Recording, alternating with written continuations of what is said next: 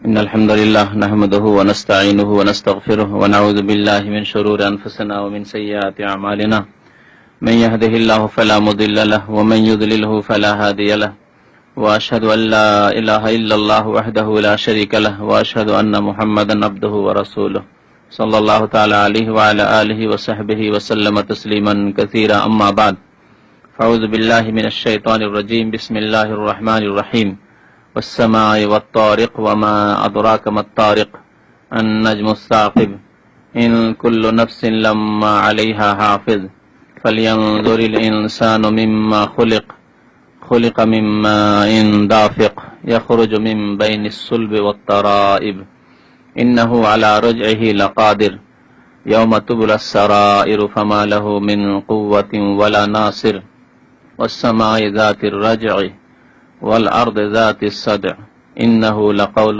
فصل وما هو بالهزل إنهم يكيدون كيدا وأكيد كيدا فمهل الكافرين أمهلهم رويدا আজকে তাফসীর হবে সূরা আত-তারিকের। এই সূরায় 17টি আয়াত রয়েছে। সূরা মক্কায় অবতীর্ণ। মহান আল্লাহ রাব্বুল আলামিন এতে প্রথমে কসম করেছেন আকাশের এবং নক্ষত্রের, তারপরে বর্ণনা করেছেন যে প্রত্যেক মানুষের কাজকর্ম, আমল ভালো হোক বা মন্দ হোক সবকিছুই লিপিবদ্ধ করা হচ্ছে, সবকিছু সুরক্ষিত রয়েছে এবং সেসব প্রমাণাদির ভিত্তিতে সেই কর্মলিপি আমলনামার ভিত্তিতে মানুষের হিসাব নিকাশ হবে।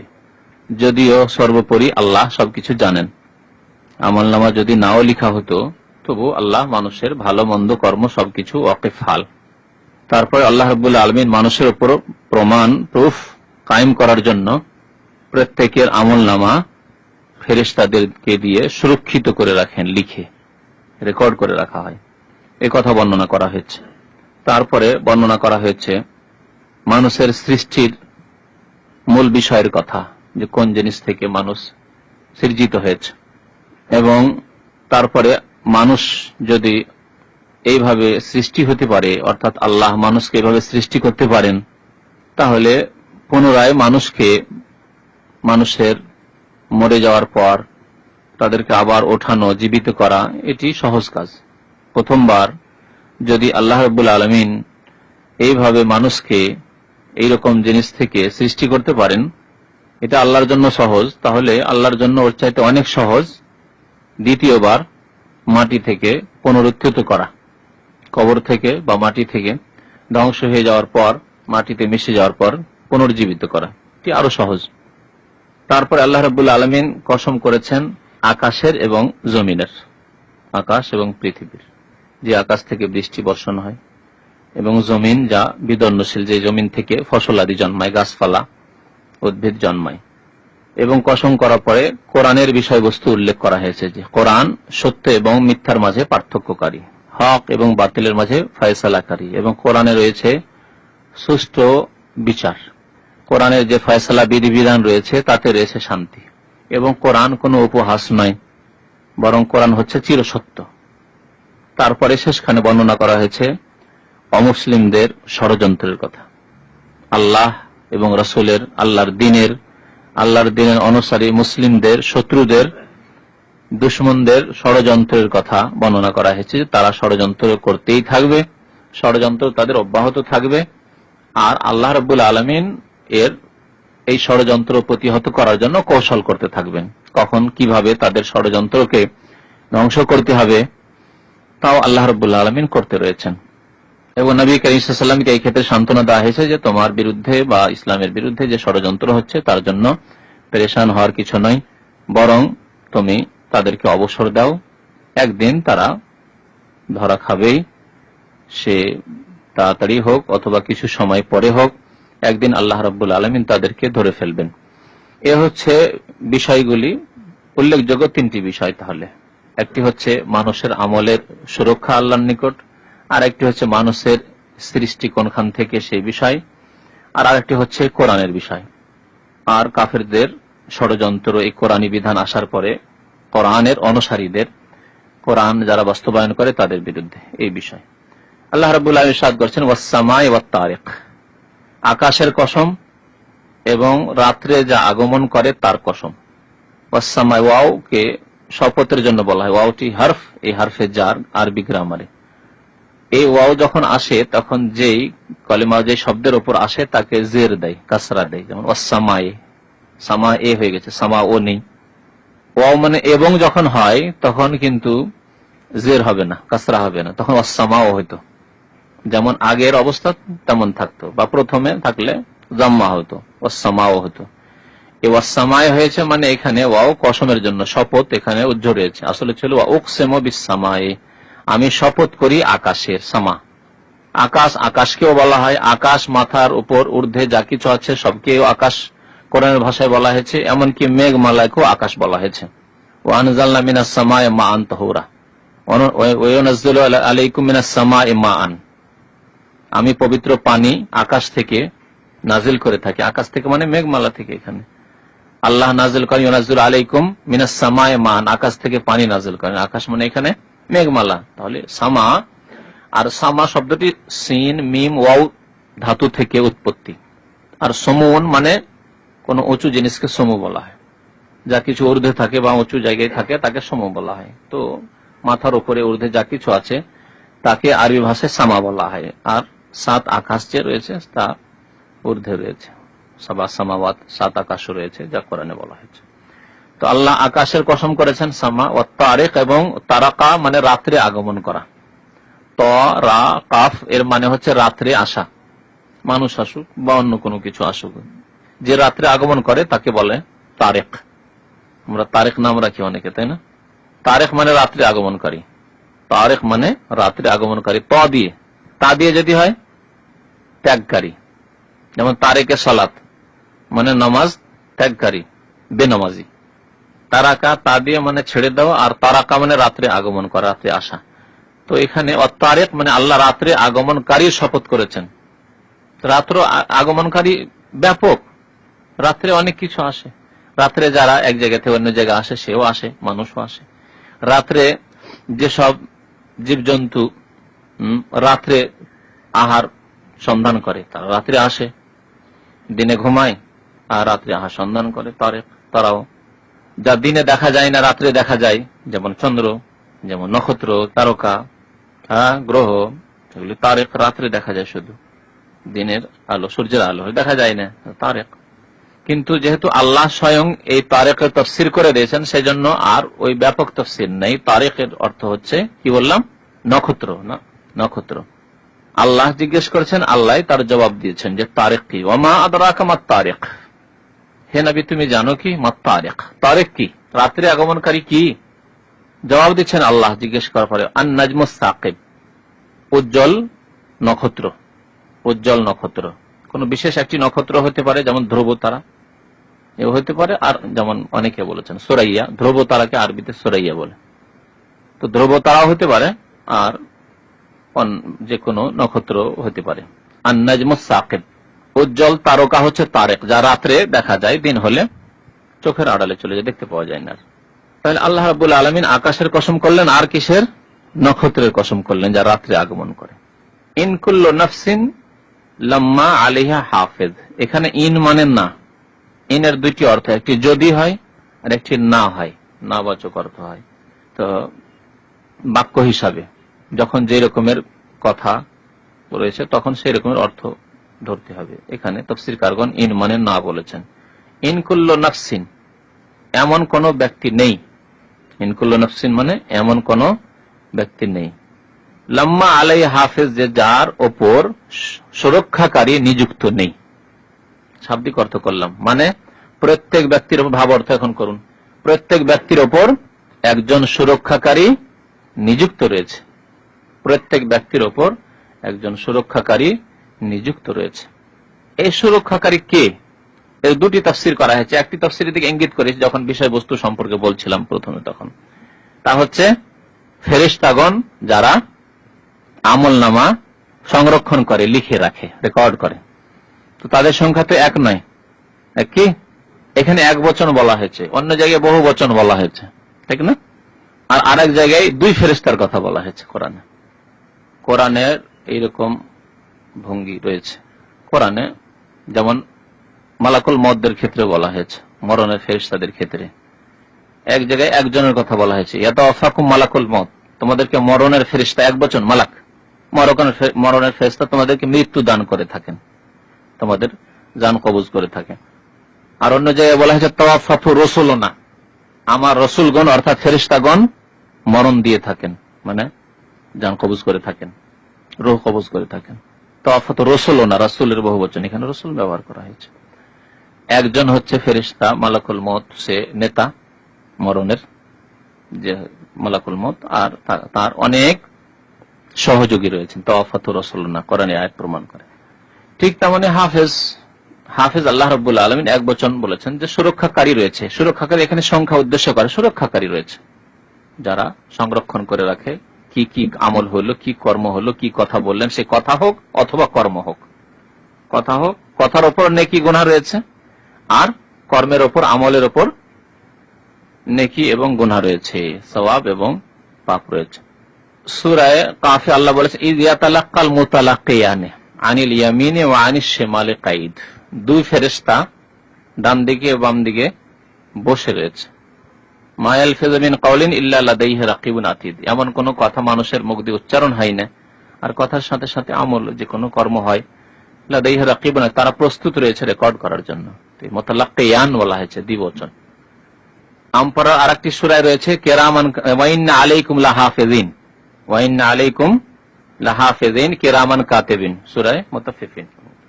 ওয়া ইন্না আলাইকুম লাহাফিজিন কিরামান কাতিবিন, তোমাদের উপর সুরক্ষাকারী গণ রয়েছেন। হাফেজের জমা হচ্ছে হাফেজিন বা হাফেজুন, যেমন সাদেকের জমা সাদেকিন বা সাদেকুন, তাই না, সাবেরের জমা সাবেরিন সাবেরুন, ওই রকম ওয়া ইন্না আলাইকুম লাহাফিজিন, তোমাদের উপর সুরক্ষাগণ নিযুক্ত রয়েছেন, কিরামান কাতিবিন, তারা সম্মানিত ফেরেশতাবৃন্দ, কাতিবিন এবং লেখক বৃন্দ, লিখেন তারা, এবং কিরাম তারা সম্মানীয়, কিরামান কাতিবিন ইয়ালামুনা মা তাফআলুন, তোমরা যা করো তা তারা জানতে পারে, যে কি করছো লিখে রেকর্ড করে তারা।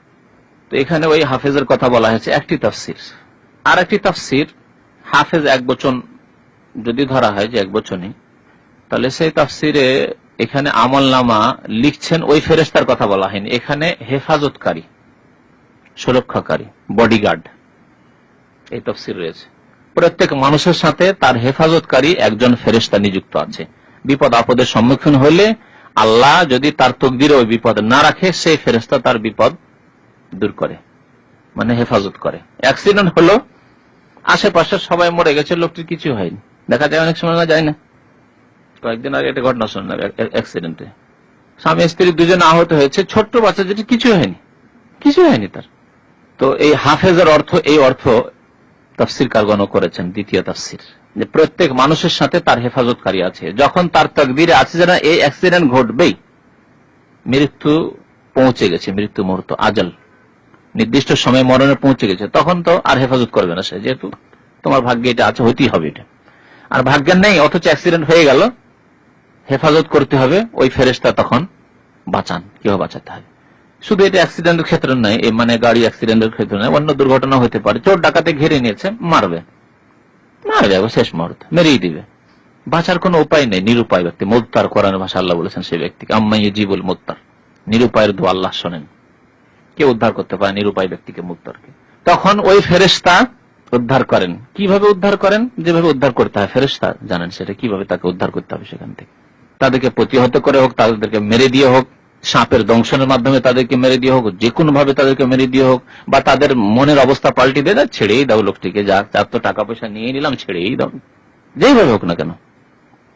ইন কুল্লু নাফসিন লাম্মা আলী হাফিজ, প্রত্যেক মানুষের ওপর হেফাজতকারী নিযুক্ত রয়েছে। তাহলে হেফাজতকারী দুই রকম, এক হচ্ছে তার বডিগার্ড হেফাজতকারী ফেরেশতা, অথবা তার আমলের হেফাজতকারী, আমল সুরক্ষাকারী ফেরেশতা। এই একটি বিষয় ছিল। আর একটি বিষয় হচ্ছে ফালিয়ানজুরিল ইনসানু মিম্মা খুলিক, মানুষকে চিন্তা করা উচিত। নাজারা মানে দেখা, চক্ষু দিয়ে দেখা হয়, আর অন্তর্দৃষ্টি দিয়ে দেখা হয়। তো এখানে বলা হয়েছে মানুষ দেখুক, মানে চিন্তা করুক, চিন্তা করুক। মিম্মা খুলিক, কোন জিনিস থেকে সে সৃজিত হয়েছে।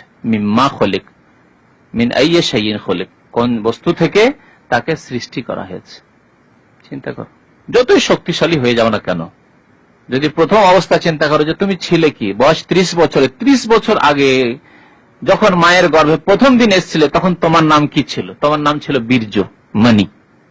তোমার নাম আব্দুল্লাহ, আব্দুর রহিমও ছিল না, আর তোমার নাম বুশও ছিল না, তোমার নাম ফেরাউনও ছিল না। তোমার নাম কি ছিল? বীর্য, মানি। তখন মানি ছিল তোমার নাম। ঘৃণিত, ঘৃণা করতো, সবাই ঘৃণা করতো, এমনকি তোমার বাবা মা কাপড় লাগলে ঘৃণা করবে, করবে না? ঘৃণিত জিনিস। মিমাইন মহিন আল্লাহ বলেছেন অন্য জায়গায়। এখানে বলেছেন, আল্লাহ জিজ্ঞেস করছেন, জবাব আল্লাহ দিচ্ছেন, খোলেকা মিম্মাইন দাফিক, সৃজিত হয়েছে মানুষ এমন পানি থেকে যা সবেগে স্খলিত হয়। দাফিক, দাফিক মানে ঝাঁপ দিয়ে যা পড়ে, ঝাঁপ দেয়। তো এই বীর্য মানি যে স্খলিত হয়, বের হয়, সেটা কি হয়? লাফ দিয়ে বের হয়। দাফাক মানে লাফ দেওয়া, জাম দেওয়া। এমন পানি থেকে সৃজিত হয়েছে, এমন বীর্য থেকে যা দাফিক, যা সবেগে স্খলিত হয়। মানি এই। এছাড়া যদি সবেগে স্খলিত না হয় সেটি মানি নয়, মাজি। আর একটি জিনিস রয়েছে, এটা মাজি। যৌন চাহিদা বা উত্তেজনা একটু শরীরে সৃষ্টি হলে, শরীর গরম হলেই যা চ্যাটচ্যাটে আঠা আঠা ভাবে বেরিয়ে আসে, সেটা সাদাও নয় একবারে, বরং পানির মতো, তার কোন রং নেই, সাদা নয়। সাদা হয় মানি, যেটা বীর্য।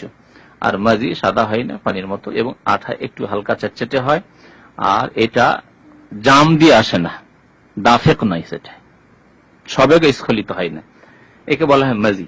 মাজিতে ওযু রয়েছে, কারো মাজি যদি নির্গত হয়, বেরিয়ে যায়, তাহলে ওযু ফরজ, তাহারাত হাসিল করার জন্য ওযু নষ্ট হয়ে গেছে, আপনাকে নামাজ পড়লে বা এমন কোন কাজ করেন যাতে ওযু শর্ত রয়েছে, যেমন তাওয়াফ করা, কোরআন তেলাওয়াত, তাহলে ওযু করতে হবে।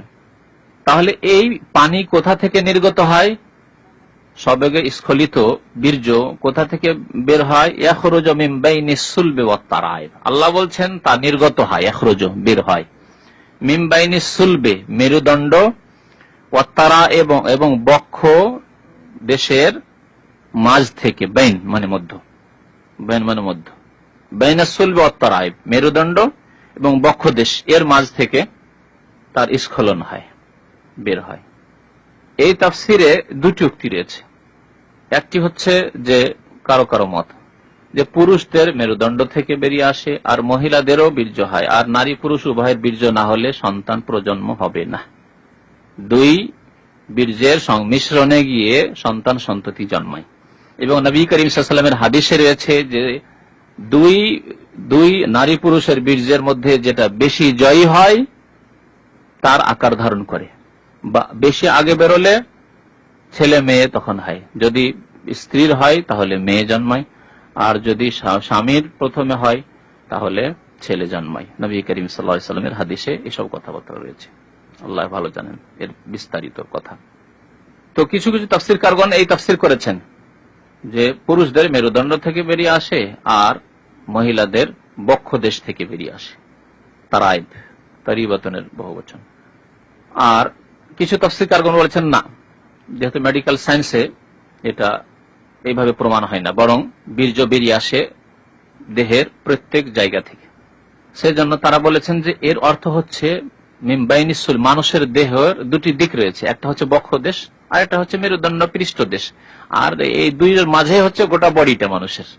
তো আল্লাহ রাব্বুল আলামিন এখানে বলেননি যে মিন সুলবির রাজুলি ওয়া মিন তারাইবিল মারাতি, কথা তো বলা হয়নি কোরআনে, এগুলি মানুষের ব্যাখ্যা। একথা বলা হয়নি যে পুরুষের মেরুদণ্ড থেকে বেরিয়ে আসে আর মহিলাদের বক্ষ দেশ থেকে বেরিয়ে আসে, কথা তো বলা হয়নি কোরআনে, এটি মানুষের ব্যাখ্যা। সুতরাং যদি এটা বাস্তবে না হয় তাহলে কোরআনে কথা বলা হয়নি স্পষ্ট। কোরআনে বলা হয়েছে যে মেরুদণ্ড এবং বক্ষ দেশের মাঝখান থেকে বেরিয়ে আসে, আর বক্ষ দেশ আর মেরুদণ্ডের মাঝখানে হচ্ছে মানুষের দেহ। সুতরাং মানুষের পুরো দেহ থেকে বেরিয়ে আসে, ইয়াখরুজু মিন বাইনিস সুলবি ওয়াত তারাইব।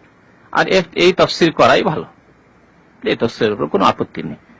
তাহলে যে আল্লাহ এই বীর্য কোথায় ছিল, কোন জায়গায় স্টক হয়ে আছে, স্টোর আছে কি বীর্যের? শরীরে কোথায় স্টক নেই, হঠাৎ করে তৈরি হলো আর সবেগে তার স্খলন হলো, আর তারপরে ছেলে মেয়ে জন্মে গেল, গর্ভধারণ করলো, আর তারপরে 9 মাস 10 মাসের মধ্যে ছেলে মেয়ের জন্ম হলো। তো যে আল্লাহ রাব্বুল আলামিন এইভাবে মানুষকে সৃষ্টি করেছেন, প্রত্যেক মানুষকে, সে আল্লাহ কি পুনরায় আবার নিয়ে আসতে সক্ষম নন? তাই আল্লাহ বলছেন ইন্নাহু আলা রাজইহি লাকাদির, নিশ্চয় সেই আল্লাহ তিনি আলা রাজইহি মানুষকে পুনরায় ফিরিয়ে নিয়ে আসতে, পুনরায় নিয়ে আসতে লাকাদের সক্ষম, লাকাদের অবশ্যই সক্ষম। তো আল্লাহ রাব্বুল আলামিন মানুষ মরে যাওয়ার পরে আবার যে পুনর্জীবিত করবেন, হিসাব নিকাশ নেবেন, এটি কোনো মুশকিল কথা নাই। যে আল্লাহ প্রথমবার সৃষ্টি করেছেন সে আল্লাহ দ্বিতীয়বার সৃষ্টি করবেন। ইয়াউমা তুবলাস সারায়ের, তারপরে আল্লাহ রাব্বুল আলামিন এখানে যে পুনরুত্থান হবে, আবার পুনরায় আল্লাহ জীবন দান করবেন, তারপরে পরীক্ষা নিরীক্ষা মানে হিসাব নিকাশ হবে, সেই দিকে ইঙ্গিত করা হয়েছে। মানে কিয়ামতের দৃশ্যের কথা এখানে একটু বলা হয়েছে যে সেই দিন গোপনীয় বস্তু সমূহের, গোপনীয় জিনিসগুলির পরীক্ষা নিরীক্ষা হবে। ইয়াউমা, সেই দিন, অর্থাৎ কিয়ামতের দিনে, যে দিন পুনর্জীবিত করা হবে, যে আলা রাজহিল কাদের, সেই দিন কি করা হবে? তুবলা, পরীক্ষা করা হবে। আর সারায়ের, শরীরাতুনের বহুবচন, শরীর মানে ভিতরে যা গোপনে রাখবেন, সির, সির মানে গোপন, আর ওর বিপরীত হচ্ছে জাহার, ইন্নাহু ইয়ালামুল জাহার আখফা, ওকে খাফিও বলে। তো সেই দিন পরীক্ষা করা হবে আর-সারায়ের, গোপনীয় বস্তুগুলির, মানে প্রত্যেক মানুষের গোপনীয় রেকর্ড রয়েছে একটা। কি করেছেন আপনি, আপনি ছাড়া কেউ জানেন না। জানে কি? অনেক কাজ রয়েছে, অনেক কথাই রয়েছে যেগুলি আপনার আপনজনও জানে না, আপনার স্ত্রী পর্যন্ত জানে না, আপনার ছেলে মেয়েও জানে না, আপনার বাবা মাও জানে না যে আমার ছেলে এরকম কাজ করেছে, কিন্তু আল্লাহ জানেন। ফেরেশতারা নোট করে রেখেছে, ফেরেশতারা নোট করে রেখেছেন। ইন কুল্লু নাফসিন লাম্মা আলাইহা হাফিজ। তো সেই দিন কি করা হবে? এগুলির পরীক্ষা করা হবে, যাচাই করা হবে যে কার কতটি হচ্ছে, কার কতটি গোপনীয় কাজ, গোপনীয় গুনাহ, গোপনীয় নেকি। গোপনীয় সারায়ের দুই রকম হতে পারে, ভালো কাজও হতে পারে, যে গোপনে আমি ভালো কাজ করেছি, আল্লাহ ছাড়া কেউ জানে না, গোপন থেকে গেছে, এমন ভালো নিয়ত ছিল আর ভালো কাজ আমি করেছি যে, বা আপনি করেছেন যে আল্লাহ ছাড়া কেউ জানে না, ফেরেশতারা নোট করেছে, কোনো মানুষ জানে না সে ভালো কাজের কথা, সেগুলি পরীক্ষা নিরীক্ষা হবে। আর যেসব খারাপ কাজ গোপনে করেছে কেউ জানে না সেই ফাইলের কথা, গোপনীয় ফাইল, তার পরীক্ষা হবে। ইয়াউমা তুবলাস সারায়ের, সেই দিন, যেই দিন আল্লাহ পুনর্জীবিত করবেন, সেই দিন গোপনীয় বস্তুগুলির পরীক্ষা নিরীক্ষা করা হবে। ফামা লাহু মিন কুওয়াতিন ওয়ালা নাসির, সেই দিন যখন আল্লাহর কাঠগড়ায় ধরা খাবে, সেই দিন তার জন্য কোনো শক্তিও হবে না, যে শক্তি দিয়ে আল্লাহর শাস্তিকে দূর করতে পারবে। পাপ করেছে, শাস্তি সম্মুখীন হয়েছে, সেই শাস্তিকে তার এমন কোন কুওয়াত, শক্তি, ক্ষমতা নেই তা দিয়ে দূর করতে পারে। ওয়ালা নাসির, আর কেউ সাহায্যকারীও সেই দিন হবে না, কেউ সেই সময় সাহায্য করতে পারবে না, আর তার কাছে নিজেরও কোনো ক্ষমতা থাকবে না যে ক্ষমতা দিয়ে আল্লাহর সেই আযাবকে, শাস্তিকে দূর করবে। তারপরে আল্লাহ আবার কসম করেছেন আকাশের, ওয়াস-সামাই যাতির রাজি, শপথ সেই আকাশের, যে আকাশ বৃষ্টি বর্ষণ করে থাকে, মানে সেই আকাশ থেকে বৃষ্টি বর্ষণ হয়ে থাকে। জাতির রাজ, রাজঅন মানে ফিরে আসা, রাজা মানে ফিরে আসা, প্রত্যাবর্তন করা। তো রাজা, রাজা বলা হয়েছে বৃষ্টিকে, আরবি ভাষায় রাজা বলে বৃষ্টিকে, মাতার কেউ। বৃষ্টিকে রাজা কেন বলা হয়, এর কারণ সম্পর্কে বলা হয়েছে যে বৃষ্টি অনেক সময় একবারে আসে না, একবার হয়ে গেল 10 মিনিট, আবার থেমে গেল, আবার চলে আসলো, আবার থেমে গেল, আবার চলে আসলো, বারবার করে ফিরে আসে না বৃষ্টি। সেই জন্য আরবি ভাষায় মাতারকে, বৃষ্টিকে রাজাও বলা হয়। তো সামায়, সেই আকাশের শপথ যা বৃষ্টি ধারণ করে থাকে, মানে আকাশে আমরা বৃষ্টি দেখতে পাই, মেঘমালা দেখতে পাই, সেখান থেকে বৃষ্টি বর্ষণ হয়। বৃষ্টি বর্ষণকারী আকাশের, আল্লাহ তো বর্ষণকারী, কিন্তু সেখান থেকে বর্ষণ হয়, এই অর্থে বলা হয়েছে। আর কেউ কেউ বলেছেন যে রাজন মানে যেহেতু প্রত্যাবর্তন হয়, ফিরে আসা, তো চক্রশীল অনুবাদ করেছেন কেউ কেউ।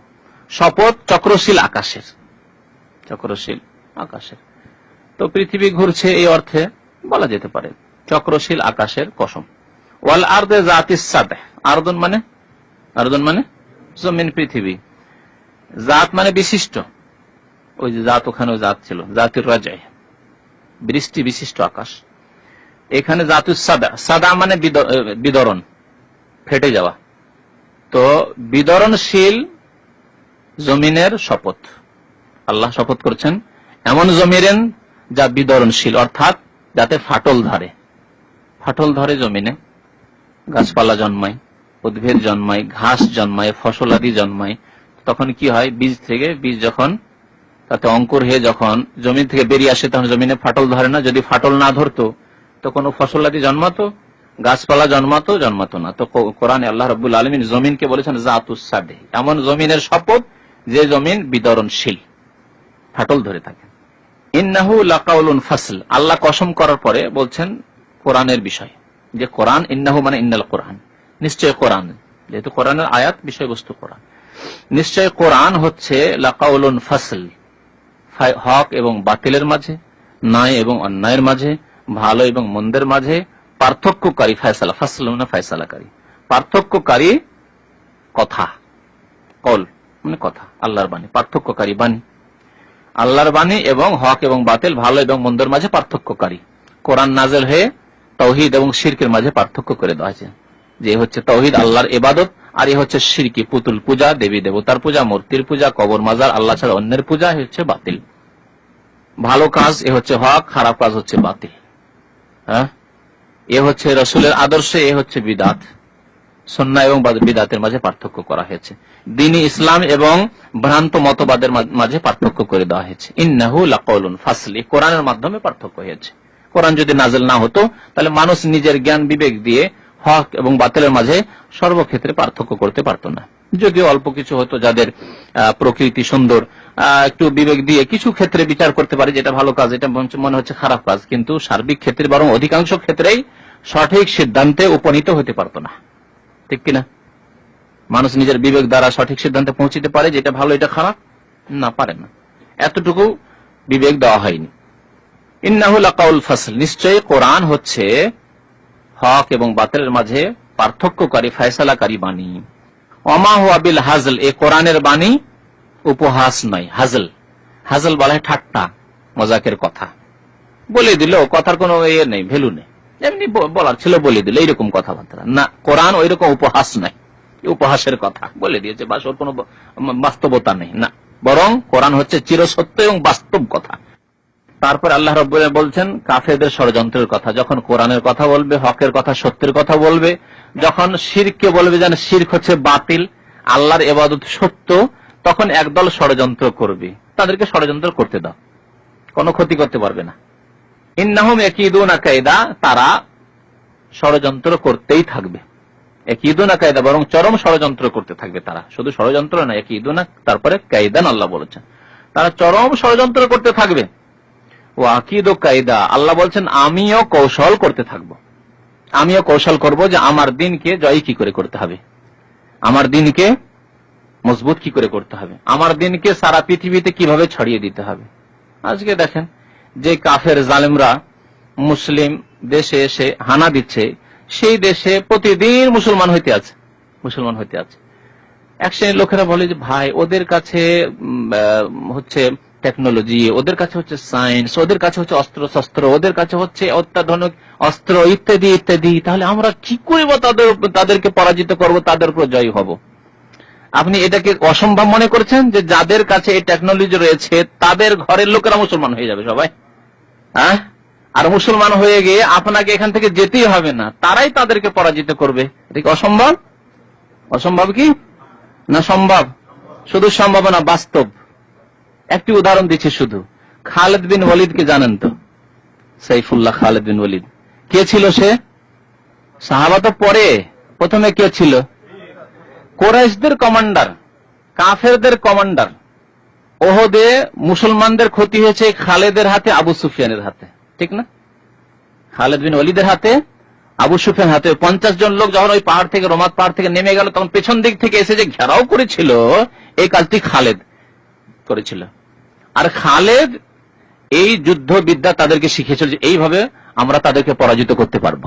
এই খালেদ দিয়ে ওহদে মুসলমান 70 জন শহীদ হলো এবং এই ক্ষতি হয়েছিল। সেই খালিদ বিন ওয়ালিদ কে আল্লাহ কি করলেন? মুসলমান হওয়ার তৌফিক দিলেন। শুধু তাই কি যে সে নিজেকে বাঁচালো? শুধু এই খালিদ বিন ওয়ালিদকে দিয়ে পারস্য সেই যুগের পরাশক্তি, দুইটি বড় শক্তি ছিল সেই যুগে, একটা হচ্ছে পারস্য শক্তি, একটা রোমান শক্তি। এই খালিদ বিন ওয়ালিদকে দিয়ে আল্লাহ এই পারস্য শক্তিকে ধ্বংস করেছে। ইরাক, ইরান মুসলিমদের হাতে হযরত উমর রাদিয়াল্লাহু তাআলা জামানা এসেছে এই খালিদ বিন ওয়ালিদের মাধ্যমে। আল্লাহ রাব্বুল আলামিন দান করেছেন, কিন্তু এতে নেতৃত্ব কে দিয়েছিল? খালিদ বিন ওয়ালিদ। আরো পরে খালিদ বিন ওয়ালিদের পরে আরো সাহাবী নেতৃত্ব দিয়েছেন, কিন্তু খালিদ বিন ওয়ালিদের এতে উল্লেখযোগ্য ভূমিকা ছিল।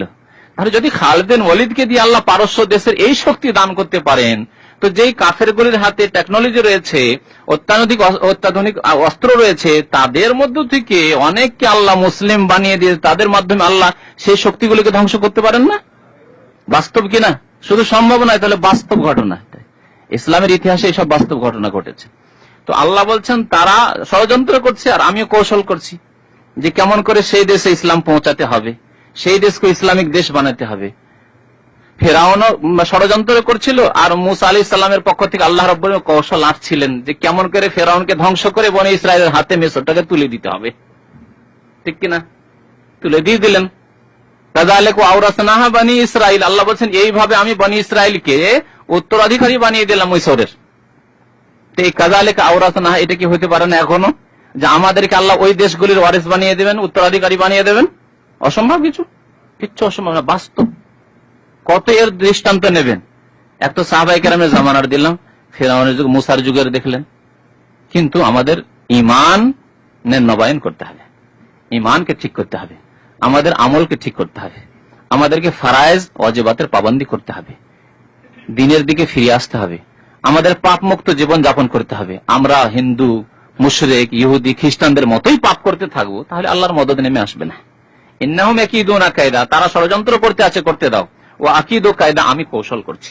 আল্লাহর ক্ষেত্রে ষড়যন্ত্র ব্যবহার করা জায়েজ নয়। কোরআনের ভাষায় কায়েদ দুই ক্ষেত্রে ব্যবহার হয়েছে, কিন্তু বাংলা ভাষায় আমি কি একই অর্থ করলাম না? যেহেতু ষড়যন্ত্রটা খারাপ কাজ আর কৌশল করা ভালো কাজ, সেজন্য আল্লাহর ক্ষেত্রে ভালো ভাষা প্রয়োগ করতে হবে। হয়তো প্রথম আপনারা খেয়াল করেননি যখন আমি তর্জমা করেছি, করেছেন কি? ইন্নাহুম ইয়াকিদুনা কায়দা, তারা ষড়যন্ত্র করতে আছে, যেহেতু তারা খারাপ ষড়যন্ত্র, বাতিলের পক্ষ থেকে তারা ষড়যন্ত্র করছে। আল্লাহ কি করছেন? হককে জয়ী করার জন্য, সেজন্য আল্লাহ কৌশল করছেন। ও আকিদু কায়দা, আমি সুন্দরভাবে কৌশল করছি। ফামা হেলিল কাফিরিন, হে নবী, সুতরাং হে নবী, মাহলিল কাফির, কাফেরদেরকে অবসর দিয়ে দাও। মাহাল মানে ঢিল দিয়ে দাও, অবসর, ছাড় দিয়ে দাও। কাফেরদেরকে অবসর দিয়ে দাও। আমহিলহুম রুয়াইদা, কিছুদিনের জন্য অবসর দিয়ে দাও, কিছুদিন অবসর দাও, দেখো কি হচ্ছে। আমি মানচিত্র পাল্টিয়ে দিচ্ছি। আল্লাহ রাব্বুল আলামিন মানচিত্র পরিবর্তন করে দিলেন। মক্কা ছিল দারুল কুফর। প্রথম হিজরিতে যখন হিজরত করে মদিনা আসলেন, কেমন দারুল কুফর ছিল। যে প্রথম হিজরি শুধু না, ষষ্ঠ হিজরিতে হুদাইবিয়ার সন্ধি, মক্কায় ঢুকতে দিলই না কাফেররা। দিল কি নবী সাল্লাল্লাহু আলাইহি ওয়াসাল্লাম ঢুকতে? দারুল কুফর এমন কাফের রাষ্ট্র যে সেখানকার ভিসা পেলেন না নবী সাল্লাল্লাহু আলাইহি ওয়াসাল্লাম। কথা বুঝতে পারছেন? যেমন এখন অনেক ধার্মিক লোক, তাদের দাড়ি দেখে কিছু দেশে ভিসা দেওয়া হয় না। আরে বাপরে, সন্ত্রাসী হবে, দাড়িওয়ালা ভিসা দেওয়া হবে না, ঠিক না? তো নবী করিম সাল্লাল্লাহু আলাইহি ওয়াসাল্লামকে মক্কার কাফেররা এই দারুল কুফরে ঢোকার জন্য ভিসা দেয়নি, অথচ তিনি বলেছেন যে আমি কিচ্ছু করতে জানি, শুধু উমরা ইবাদত বন্দেগী করতে যাচ্ছি। ঢুকতে দেয়নি। 1400 সাহাবা ফিরে আসলেন হুদাইবিয়া থেকে সন্ধি করে, যে ঠিক আছে আগামী বছর। তাদের জিদ পূরণ হলো। 3 দিনের জন্য আগামী বছর আসবে, কিন্তু অস্ত্র নিয়ে নয়। আর অস্ত্র থাকে ভিতরে ঢোকানো থাকবে, খোলা থাকবে না। আর 3 দিনের মধ্যে বেরিয়ে যেতে হবে। 3 দিন হতে যাচ্ছে, 3 দিন এখনো শেষ হয়নি। বলছে আম্মা, তোমার সাথীদেরকে নিয়ে বেরিয়ে যাও, 3 দিন হতে যাচ্ছে, কিন্তু আগে ওয়ার্নিং দিচ্ছে কাফেররা। এটা 6ষ্ঠ হিজরিতে, তাই না? 7ম হিজরি পার হচ্ছে 8ম হিজরি। কদিনের? 1.5 বছরের। 1.5 বছরের মধ্যেই এমন অবস্থার পরিবর্তন হলো যে নবী করিম সাল্লাল্লাহু আলাইহি ওয়াসাল্লাম একজন বিজয়ী পুরুষ হয়ে সাহাবায়ে কেরামদেরকে নিয়ে ফতেহ মক্কা করলেন, মক্কা বিজয় করলেন, এবং বললেন যে তোমরা কি মনে করো যে মা আনা ফাইলুন বেকুম, তোমাদের সাথে আমি কি করতে পারি, কি আশা রাখো আমার কাছ থেকে তোমরা? তখন সবাই সারেন্ডার হয়ে বলছে যে আনতা করিমুন ইবনু করিমিন, তুমি সম্মানিতর ছেলে, তোমার কাছে আমরা কল্যাণের আশা করি, দয়ার আশা করি, তুমি প্রতিশোধ নেবে না, যা আমরা অন্যায় করেছি প্রতিশোধ নেবে না। নবী করিম সাল্লাল্লাহু আলাইহি ওয়াসাল্লাম বললেন যে আমি কোনো প্রতিশোধ নেব না, আমি তাই বলছি যা বলেছিলেন ইউসুফ আলাইহিস সালাম লিইখওয়াতিহি, তার ভাইদেরকে, যে লা তাসরিবা আলাইকুমুল ইয়াউম, আজকে কোনো তিরস্কার নেই, কোনো ধিক্কার নেই, কোনো ভর্ৎসনা নেই, ইয়াগফিরুল্লাহ, আল্লাহ তোমাদেরকে মাফ করে দিক। এই কথাই আমি আজকে বলবো। ইযহাবু ফাআনতুম তুলাকা, যাও তোমাদেরকে আজকে ছেড়ে দিলাম, মাফ করে দিলাম।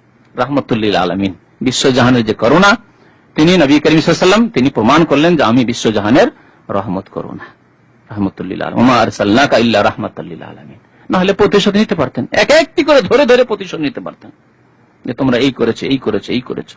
100 উটের পুরস্কার কোথায় ছিল প্রথম হিজরিতে যখন হিজরত করছেন, আর কোথায় এসে বলছে যে মাফ করে দাও, তোমার কাছ থেকে ভালোই আশা করি আমরা। তো আল্লাহ বলছেন ফামা হিলিল কাফের থেকে অবসর দাও, এই যে কিছুদিনের অবসর, আমহিলহুম রুয়াইদা, রুয়াইদা মানে কিছু সময়ের জন্য, অল্প সময়ের জন্য তাদেরকে অবসর দাও, আমি তাদেরকে দেখে নিচ্ছি কি করতে হবে। আল্লাহ রাব্বুল আলামিন যে ওয়াদা প্রতিশ্রুতি দিয়েছিলেন তা পূরণ করলেন। ইন্না ওয়াদাল্লাহি হক, কোরআন আল্লাহ বলেছেন নিশ্চয় আল্লাহর ওয়াদা সত্য। ফালা তাগুররান্নাকুমুল হায়াতুদ দুনিয়া, সুতরাং ইহজীবন তোমাদেরকে যেন প্রতারিত না করে। ইহজীবন লোভ লালসা, ব্যবসায়ী স্বার্থ বা গদি, দুনিয়া ইত্যাদি ইত্যাদি, পাপের জীবন যাপন, ভোগ বিলাসের জীবন যাপন তোমাদের, ফালা তাগুররান্নাকুমুল হায়াতুদ দুনিয়া, ইহজগতের লোভ লালসা তোমাদেরকে ধোকায় যেন নিমজ্জিত না করে, প্রতারণায় নিমজ্জিত না করে। ওয়ালা ইয়াগুররান্নাকুম বিল্লাহিল গারুর, আর কোন ধোঁকাবাজ তোমাদেরকে ধোকায় যেন নিমজ্জিত না করে। আল্লাহ রাব্বুল আলামিন আমাদেরকে কোরআন বোঝার এবং তার প্রতি আমল করার জন্য তৌফিক দান করেন। আল্লাহ রাব্বুল আমাদেরকে যেন দুনিয়া এবং আখিরাতে সুখী করেন। আমিন। ওয়া সাল্লাল্লাহু আলা নবিয়িনা মুহাম্মদ ওয়া আলা আলিহি ওয়া সাহবিহি আজমাইন।